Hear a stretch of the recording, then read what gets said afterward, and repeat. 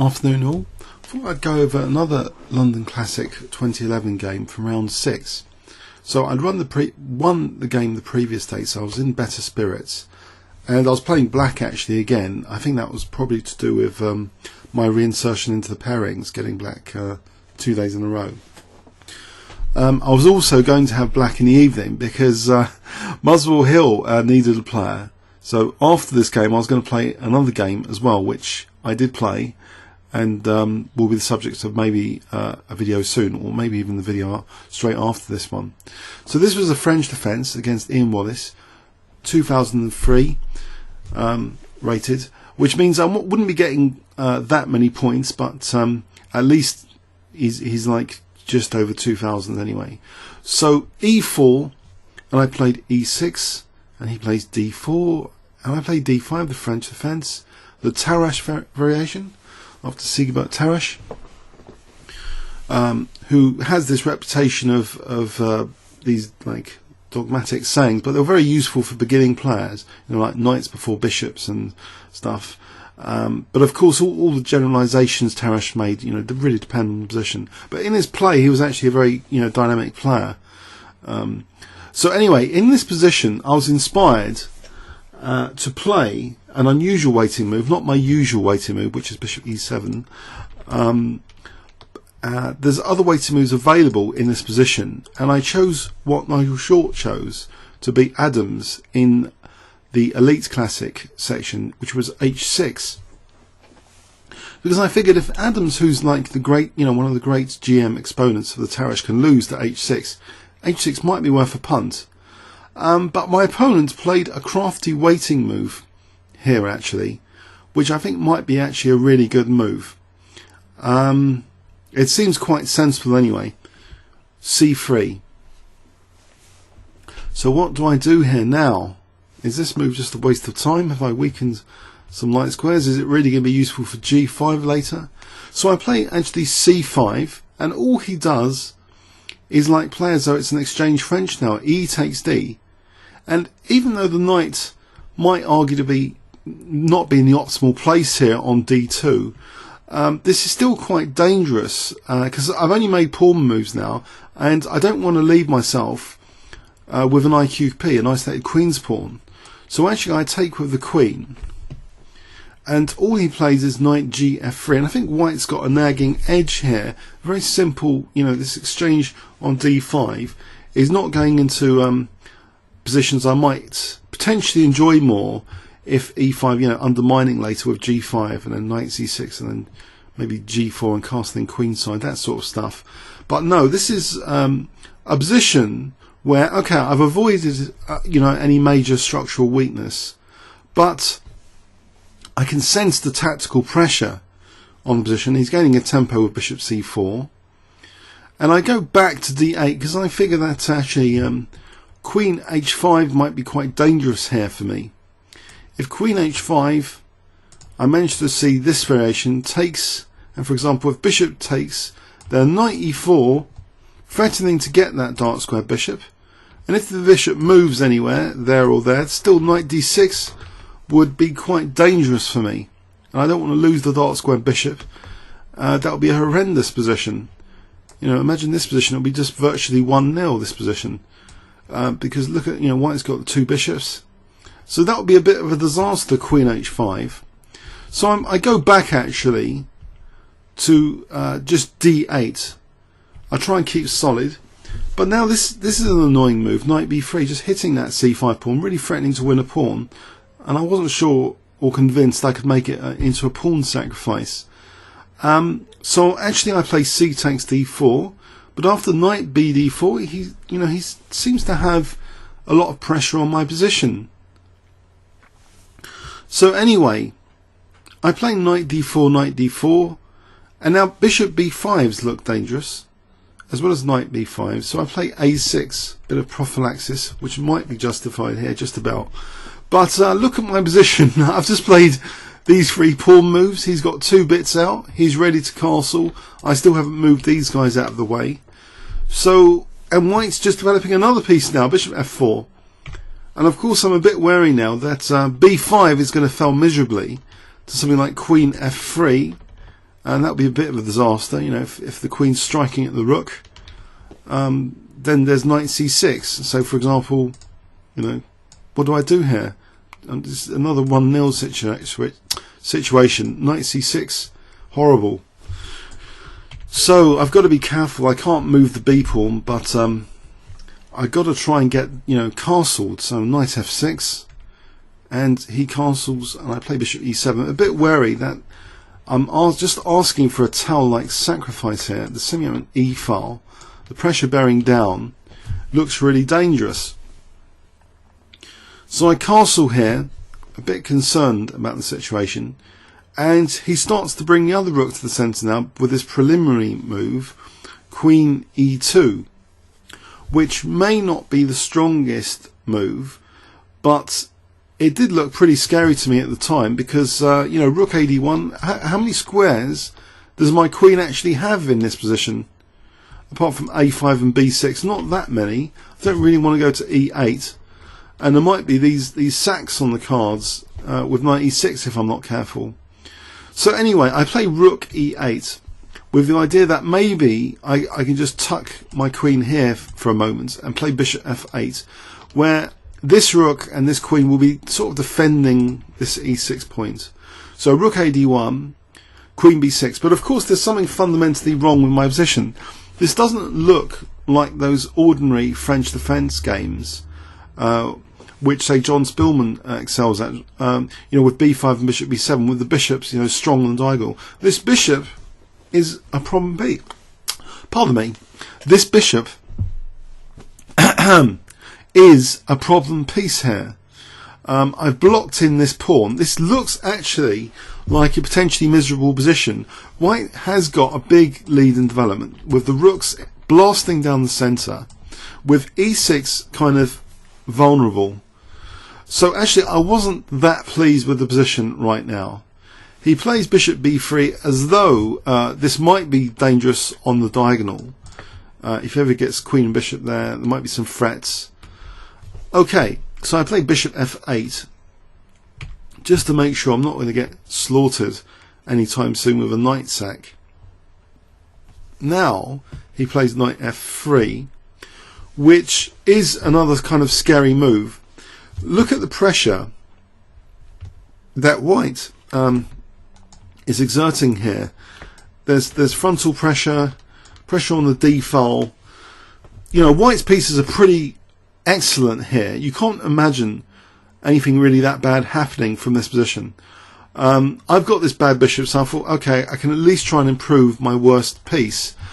And I think some GMs often say that if you haven't got any plan at all, try and kind of sort out your worst piece. So bishop d7 tries to get the bishop into the game, you know, maybe bishop c6, and if knight e5, you know, maybe taking here might be okay. But then I also discover that in this position after knight e5, what about bishop b5, just to be annoying first? And I play that, and now my opponent plays queen f3, and I chase the queen again with bishop c6, knowing that actually queen g3, I've got knight h5 to fork these guys.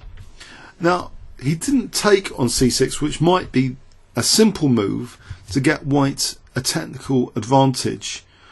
I guess we should really check what an engine thinks of this position. I think it's going to be favourable just with simple taking. So really, this hasn't been that convincing. Or maybe, you know, the advantage is okay. It's not that great. You know, I am playing black after all. And okay, so knight c6 was a move, a simple move. But no, my opponent actually tries queen h3, and this gives me the opportunity to now play bishop d5. And I was getting a bit more cheerful about the position because I have got a potential asset actually of the semi-open c-file pressure. If I can sort this piece out, this position might not be that bad, and the worst seemed to be over with, you know, these e6 tricks and knight f7s. There didn't seem to be, after bishop d5, that much pressure. Now he plays a curious move, bishop a4, which actually that bishop is is kind of loose here, as well as this bishop, by the way. These pieces are kind of loose, and that's something to be noted. I was thinking for a little bit about rook e7, but I rejected it.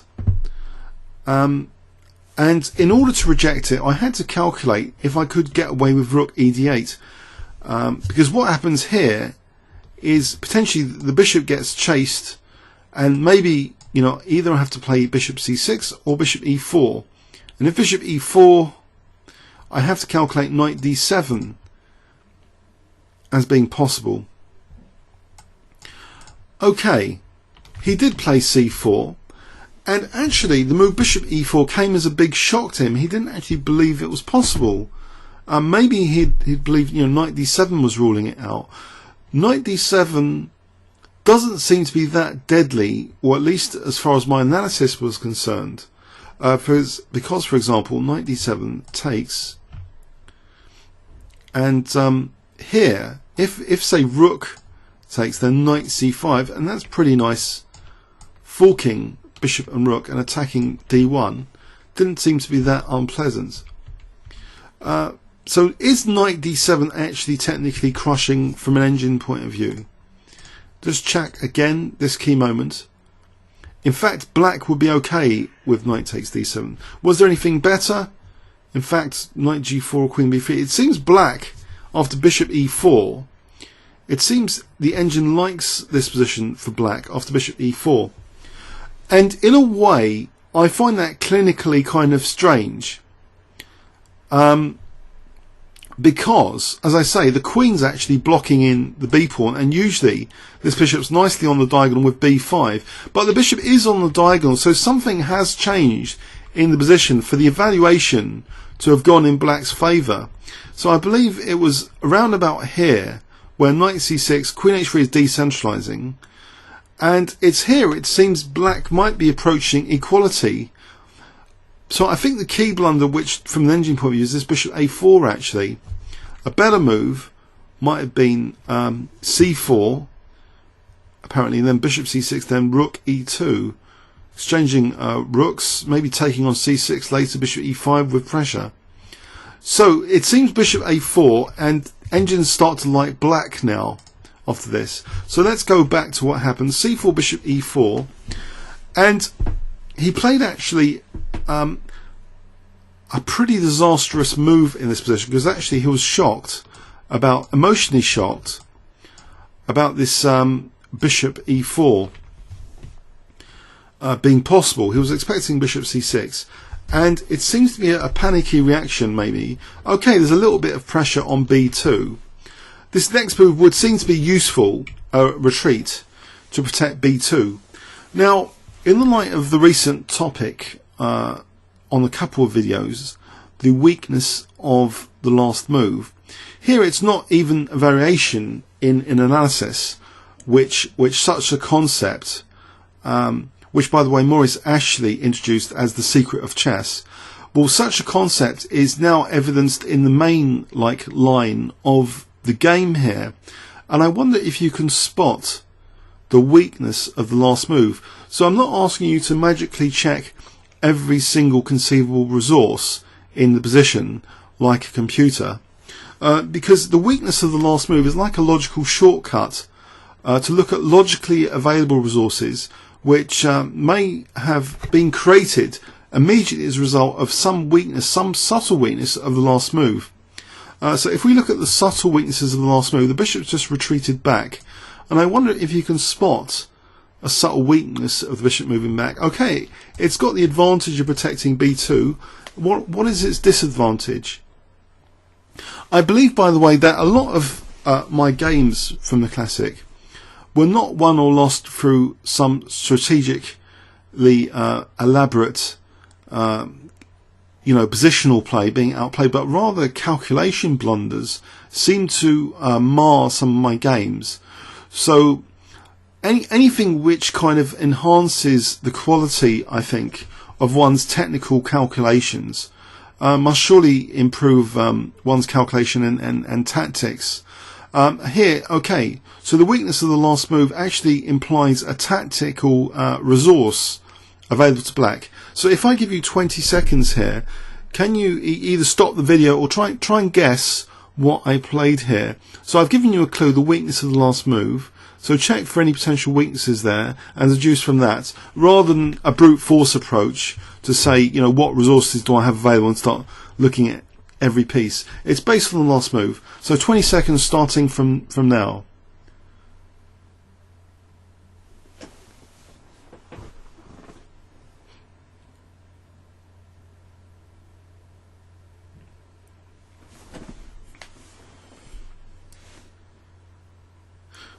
Okay, I hope I've given you enough clues. The bishop has actually subtly weakened support for the e5 knight. And note there was a slight weakness from before, the unprotected piece. So there's two clues there. And if I give you another 10 seconds, I hope you can spot the move that I played. 10 seconds starting from now.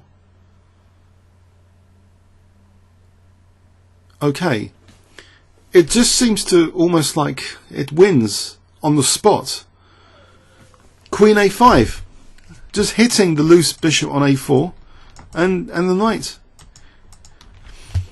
So from white having a huge pressure out of the opening, he's unfortunately the queen b6, which I didn't really rate myself as very pleasant to have to play because I'm blocking in my own b pawn. You know, I really like to, you know, not have a more ambitious pawn structure than that, than pieces blocking in pawns. But the queen on b6 caused an annoyance, which has now caused, in effect, a tactical disaster of two loose pieces. They're not able to protect each other here. The queen is not able to defend both of them. This queen on h3. So my opponent sacks the knight. I just take it with the king to avoid any knight takes h6. I don't play queen a4. I think just taking with the king is quite simple, and an engine might come up with an even stronger move technically. I just thought taking is simple enough. Bishop b3, as though maybe, you know, c5 and e6 could be an issue, but here I just chase my opponent's queen with queen f5. Okay, queen c7 might be an issue now to try and win a rook, so I get rid of that threat by just playing rook ac8. And here, if rook takes d8, rook takes, well, let's have a look. If this did occur, then now I've got rook d7 anyway. So I felt quite safe after rook ac8, a piece up. He chases the bishop, and another kind of weakness of the last move now is this diagonal. Look at that diagonal for the king being exposed. So I pounce on that as well. With, I hope you can guess it, a check, which seemed quite useful. King h1, and then bishop c6. So the bishops are kind of neatly kind of bearing down actually on white's king position.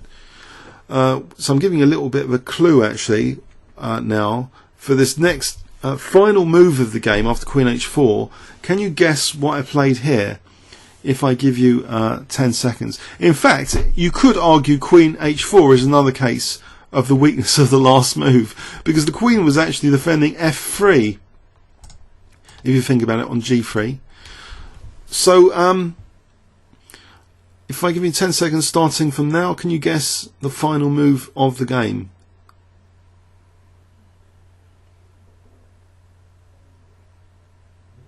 Okay, I played queen takes f3, and my opponent resigned. If g takes, then bishop takes f3 is actually mate. The king's like got no escape. If rook g1, this doesn't look too pleasant. Now I have to be a little bit careful. I think rook takes d1 is quite good. You know, if takes, then rook takes g1, for example.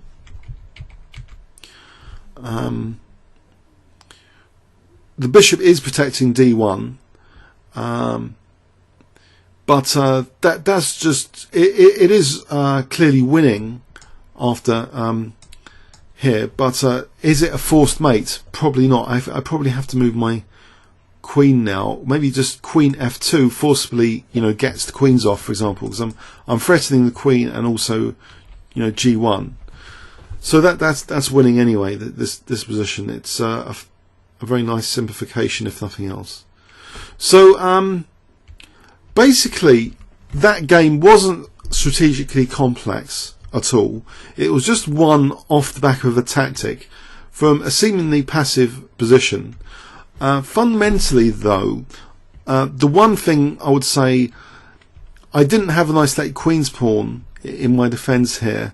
The position was passive and low in development.